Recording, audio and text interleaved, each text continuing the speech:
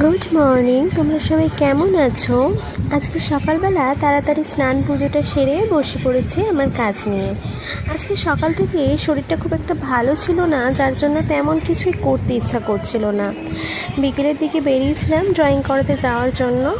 আর আমি যেখানে ড্রয়িং করাতে যাই তার চারপাশটা এত ভালো লাগে আমার। এখানে গাছগুলো এত সুন্দর, আর কাঠগোলাপ কি ভরে ভরে গাছ ভরে থাকে কাঠগোলাপগুলো। আর এই দেখো, এই হচ্ছে আমার সেই ছোট্ট কিউট স্টুডেন্টটা, কি সুন্দর কালার করছে।